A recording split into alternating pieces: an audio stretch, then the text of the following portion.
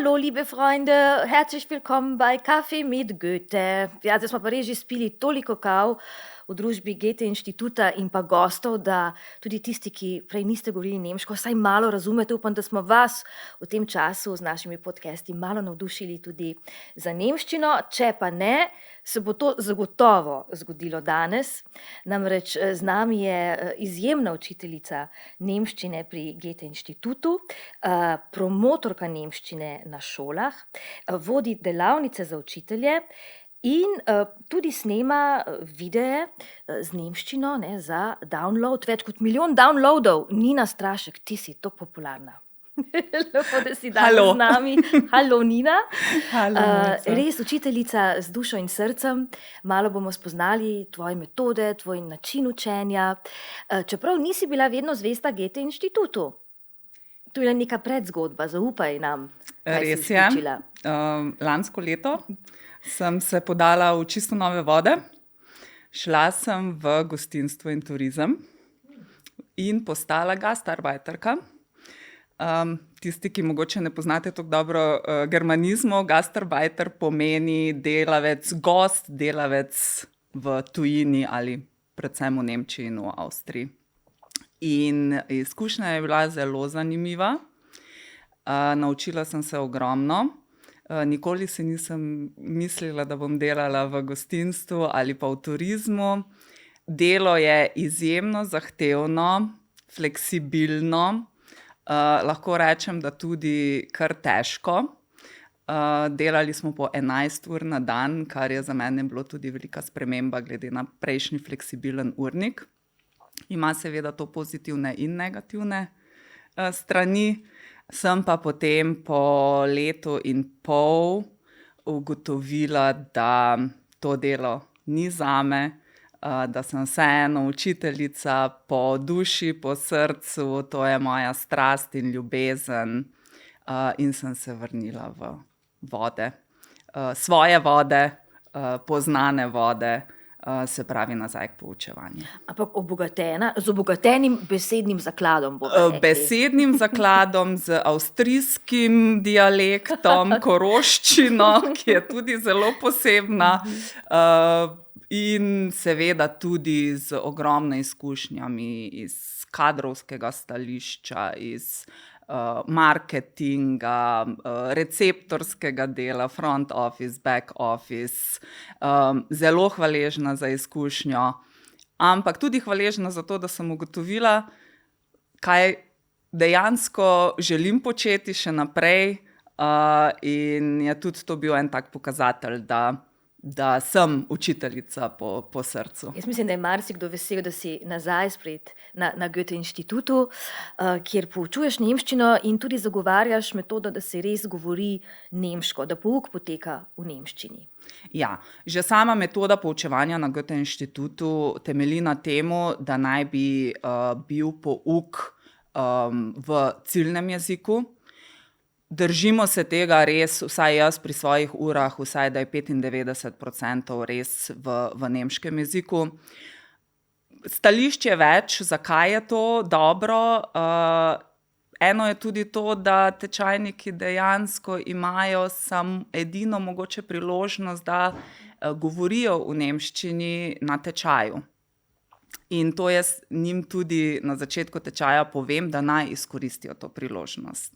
Da mogoče v drugem okolju bodo brali, bodo pisali, ampak aktivno govoriti pa redko najdeš priložnost, razen če greš mogoče na smučanje v nemško govoreče države, ali pa kak šoping smo včasih hodili, pa je to zdaj že tudi malo zamrlo.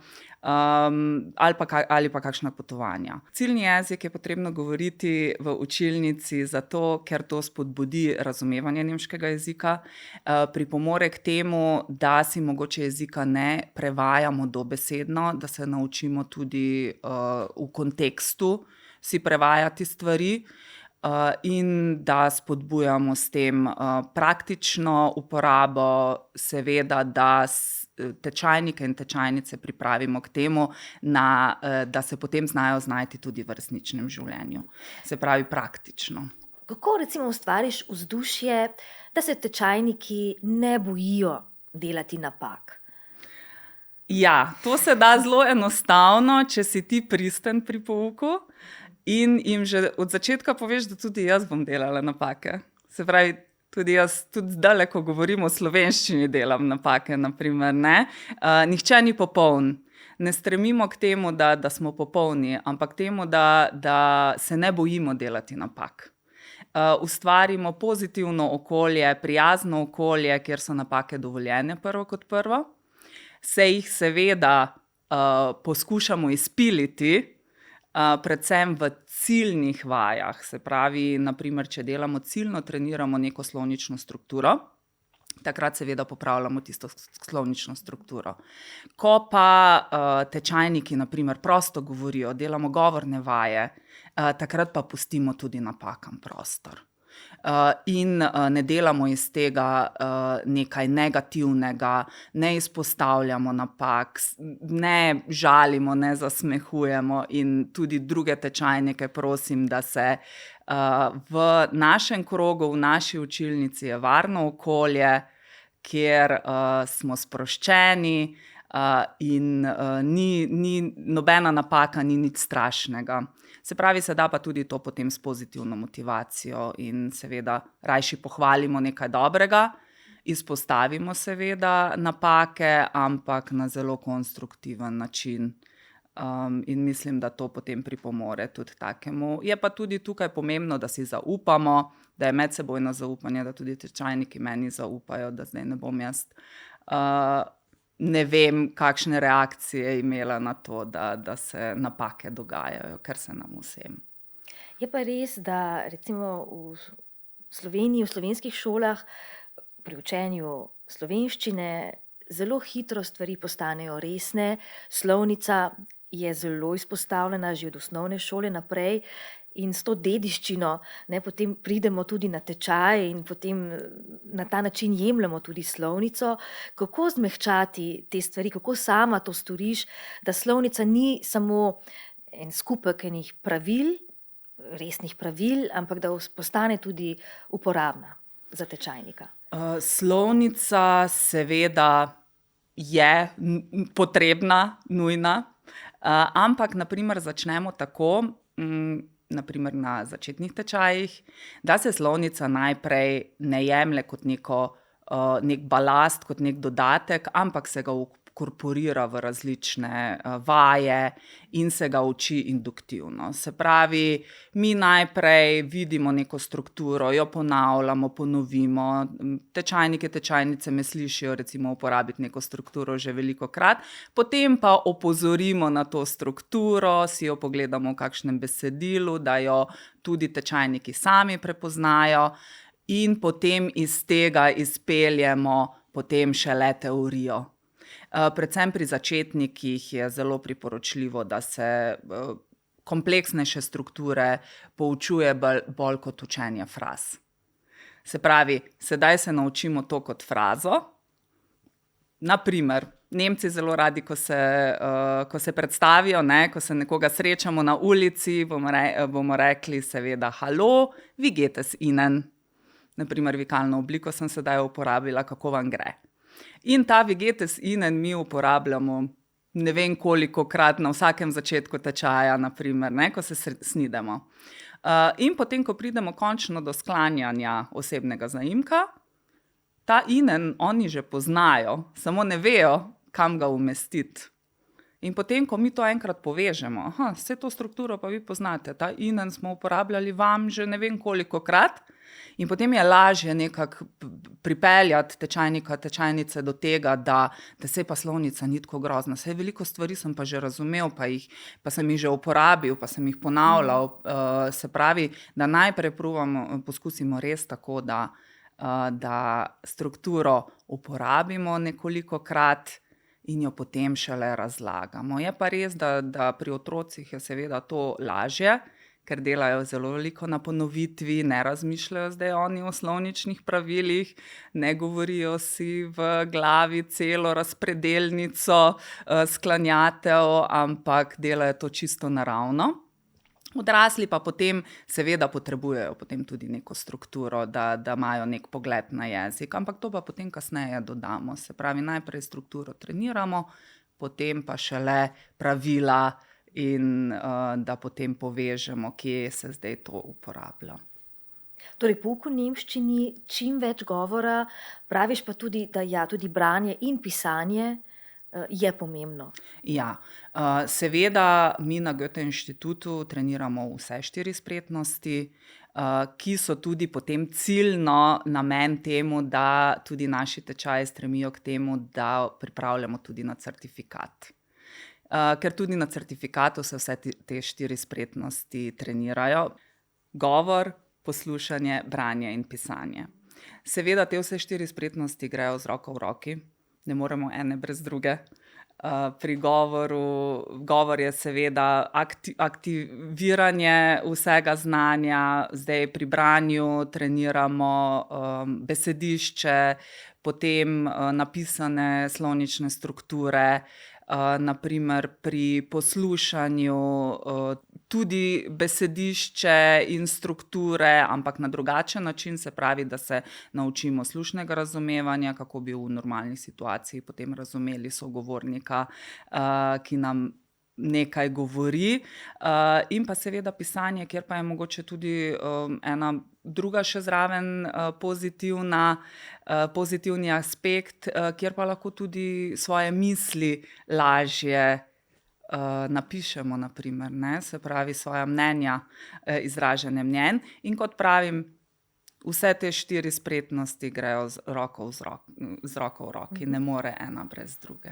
Tudi kot učiteljica se veliko učiš, veliko izobražuješ, tudi tu Goethe-inštitut omogoča veliko pomoči pri izobraževanju, ne samo pri jeziku, tudi v pedagoškem smislu. Ja, Goethe-inštitut, največ Goethe-inštitut Nemčija organizira vsako leto izobraževanja, ki ponavadi potekajo poleti za učitelje nemškega jezika. Se pravi, večji del je metodika, kultura in didaktični pristopi, različna orodja, sedaj se tudi veliko o digitalizaciji pogovarjamo, kmalu bomo mogli tudi veliko o umetni inteligenci, v povečevanju tudi se naučiti še veliko, tudi mi, ki potem podajamo to naprej kot orodja, ali pa sami uporabljati. Tako da ja, ta izobraževanja so neizmerno, v celoti ti da tako veliko, naprimer že, da spoznaš ljudi z drugih delov sveta, saj se zberemo učitelji vseh delov sveta, vidiš, kako kje delujejo stvari, svoje obzorje si širiš in pa seveda, da pridobiš, pa dobiš novo energijo, nov zagon, nove pristope za naslednje šolsko leto. Tudi pri sebi. Pri da se sebi. stvari In da spremenijo, da rasteš. napreduješ. Nam lahko daš en tak konkreten primer enega novega pristopa, recimo pri poučevanju, ki si se ga naučila in ga tudi zdaj uporabljaš? Recimo. Ponavadi so to res take specifične vaje, ker mi na teh izobraževanjih res praktično treniramo to, kaj potem bi delali v učilnici z tečajniki in tečajnicami. In tukaj, ne vem, veliko stvari, ampak ponavadi so kake te aktivnosti, aktivne vaje, se pravi, naprimer, na ta zadnje se res spomnim, tam je ostala in jo zdaj tudi redno prakticiram. Seveda podajanje mnenja zna biti včasih, ne, zdaj pa ti povej svoje mnenje, naprimer pri višjih tečajih, kjer morajo tudi pri višjih stopnjah povedati svoje mnenje, diskutirati o neki temi, kar je včasih tudi malo zahtevno, če o neki temi nimaš zdaj nekega svojega mišljenja in je zelo priročno, da mogoče se to ne dela takoj govorno. In je bila ena taka zelo dobra vaja šnebal, se reče, se pravi snežna kepa. List papirja dobi vsak, dobi se neka tematika, napišejo svoje mnenje, zmečkajo, vržejo v sredino učilnice, treba se je vstati, iti po drug papir, ga odpreti in napisati mnenje na prejšnje mnenje, komentar recimo. Na nek način kot nek na Facebooku pod kakšno sliko, kakšni komentarji drug na drugega, ampak mogoče malo na analogen pa bolj aktiven način, ker seveda tudi gibanje pri učenju zelo pomaga, zato tudi pri manjših tečajnikih zelo velikokrat z gibanjem delamo, ne? Ker imamo pač različne učne tipe tudi. In naprimer tisti, ki estetični, ki največ potrebujejo, da nekaj izkusijo, potipajo, se gibajo, imajo največje težave, naprimer tudi v šoli, ne, sedeti pri miru pa poslušati je enim tudi iz tega stališča težko. Ne samo zato, da niso vzgojeni ali da niso pridni, ne. To so zelo zanimive metode, ki bi bile koristne za marsikaterega učitelja, tudi v Sloveniji. Tudi učitelji so med tvojimi tečajniki, oziroma tudi izobražuješ učitelje. Ja, tudi izobražujem učitelje. Dostikrat je tudi, ko gremo na ta izobraževanja, da potem, ko pridemo nazaj, tudi imamo predstavitev, kaj smo se novega naučili in kaj smo novega preizkusili, poizkusili, in to potem tudi poskusimo dati naprej. Seveda, poudarek je tukaj ne na teoriji, ne na teoretičnem, ampak res na praktičnem, da ti potem res nekaj, da preizkusimo za učitelji, tole smo mi takrat delali, takšno vajo bi potem ali aktivnost bi uporabili pri pouku, in to potem skupaj potreniramo, ker je tudi veliko lažje, če ti sam kot učitelj nekaj praktično izkusiš, znaš potem tudi bolje razložiti in tudi bolje dinamiko vzpostaviti v učilnici, da potekajo stvari tako, kot morajo. Je pa seveda pri poučevanju tudi tako, da vedno ne funkcionira ena metoda ali nek pristop. Lahko v istem dnevu v dveh učilnicah imaš čisto različno izkušnjo z isto aktivnostjo, tako da včasih mogoče preizkusiti nekolikokrat, vsaj 2-krat, 3-krat, pa če res ne vidiš, da ne funkcionira, pa opustiš, pa greš naprej. Ampak saj zato si rada učiteljica. Ja. Je tako raznolik poklic. Ja. Težko ga je primerjati še s kakšnim drugim. Zelo težko. Zaradi tega, ker se mi zdi, da že zaradi te fleksibilnosti, aktivnosti, skozi ti morajo delati možgani. Vsak dan je drugačen. Nikoli ne veš, ko boš prišel v učilnico, kaj te bo pričakalo, ne glede na to, kolikokrat si že videl ali pa že bil v istem okolju z istimi ljudmi. Ampak to je ravno to, kar je zanimivo, kar je zabavno. In ti daje novega elana naprej in motivacije in tudi ta takojšnja povratna informacija od tečajnikov, ki jo dobiš predvsem pri mlajših, takoj vidiš, a jim je nekaj dobro ali jim ni, takoj dobiš nazaj, ne? A je to zdaj funkcioniralo ali ne, a si dosti aktualen, naprimer, ne? Ali je zanimiv, ali je pristop v redu, in to se mi zdi, da je tudi en tak velik plus poučevanja. No, Nina je tudi oddelek za marketing na 2 nogah. Veliko narediš za promocijo nemškega jezika, tudi pri najmlajših, po osnovnih šolah, po šolah. Ja, Vodiš delavnice. vodimo delavnice, gremo na osnovne šole ali osnovne šole pridejo k nam, tudi srednje šole, ne samo osnovne šole. Veliko delamo na temo. Delavnice so pa seveda meni še taka pika na i, češnja na smetani, zaradi tega, ker tam pa lahko res svojo kreativnost, ker se ti ni treba držati zdaj nekega učnega načrta, ampak tam pa res lahko nekaj narediš, da bo zabavno, da se imamo lepo, če se še pa zraven nekaj naučimo, je pa to še samo plus. S kakšnim pristopom, recimo, začneš pri najmlajših, ne? Otroci veliko slišijo angleščino, ne, druge jezike. Kakšna je reakcija pri nemščini, oziroma kako jim je všeč? Mislim, da se da otroke zelo hitro navdušiti, tudi z osebnostjo, če ti njim narediš prijetno, zabavno okolje. Mi se tudi včasih po tleh valjamo v učilnici, predvsem pri najmlajših. Pa tekamo po učilnici, pa iščemo nekaj, pa kaj skrijem recimo na začetku, pa morajo poiskati, pa naredimo, ne vem, učilnico v mesto, pa se premikamo po mestu, pa sprašujemo, kje je kaj, ali pa interaktivne table so tudi en tak plus, čeprav probamo zdaj, ne da gledamo televizijo, da ne bodo mislili, da zdaj mi pa samo videe potem kažemo, ampak že zaradi tega, ker ti otroci sedaj, ko odraščajo, so navadjeni, da ni več tako, ampak je tipkanja, ne. In če imaš ti ogromno interaktivno tablo in lahko na njej narediš neko aktivnost, da morajo kaj povezovati, brati, kaj napisati, narisati, je to samo še plus. Seveda pa veliko delamo še vedno analogno pri otrokih. Veliko kartončkov, pripomočkov prinesemo, včasih kar tako moj nahrbtnik je vedno poln nekih pripomočkov in žog in kock in iger, seveda z igro. Igra. No, ampak snemaš tudi videe, ne, za učenje nemščine in izkazalo se je, da imajo res izjemno veliko ogledov, prenosov, tudi torej to so videi, ki so uporabni tudi za učitelje, ne, za učenje nemščine. Ja.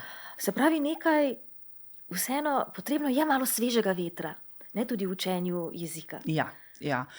Mislim, da zdaj v tej dobi digitalizacije je treba iti naprej, ni vedno samo učbenik, pa samo zvezek. Se pravi, je treba veliko medijev uporabiti. Ne pravim, da tudi vizualni mediji, slušni mediji in tudi fizično imeti nekaj v učilnici zelo pripomore k pomnenju, ampak vseeno smo zdaj v teh časih, kjer je treba pa iti naprej s tem in zdaj ti videi naši so res dosegli kar veliko prenosov in so zelo priljubljeni, so pa narejeni predvsem za učitelje, da jih lahko uporabijo pri pouku.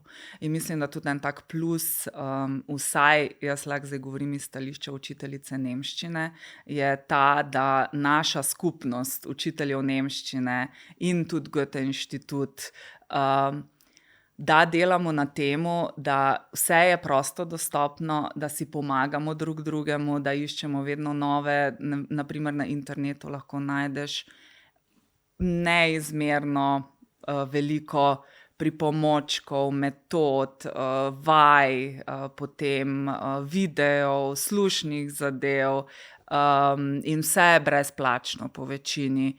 In tudi na kolege, kolegice se lahko vedno zanesem, da se slišimo, če je kdo v kakšni zagati. Včasih tudi mi pridemo kdaj do kakšne točke, ko ne veš mogoče, kaj bi pa zdaj pri tej skupini naredil, ali pa si že vse uporabil, vse svoje ideje za določeno strukturo ali vaditi ali kaj takega, vedno lahko napišeš v grupo in vedno dobimo res velik odziv in si zelo pomagamo, no. Tako da ta skupnost je res taka, da delamo drug z drugim, da ni nobene tekmovalnosti, nobenega komolčkanja, kar meni zelo ustreza, da daš naprej svoje znanje.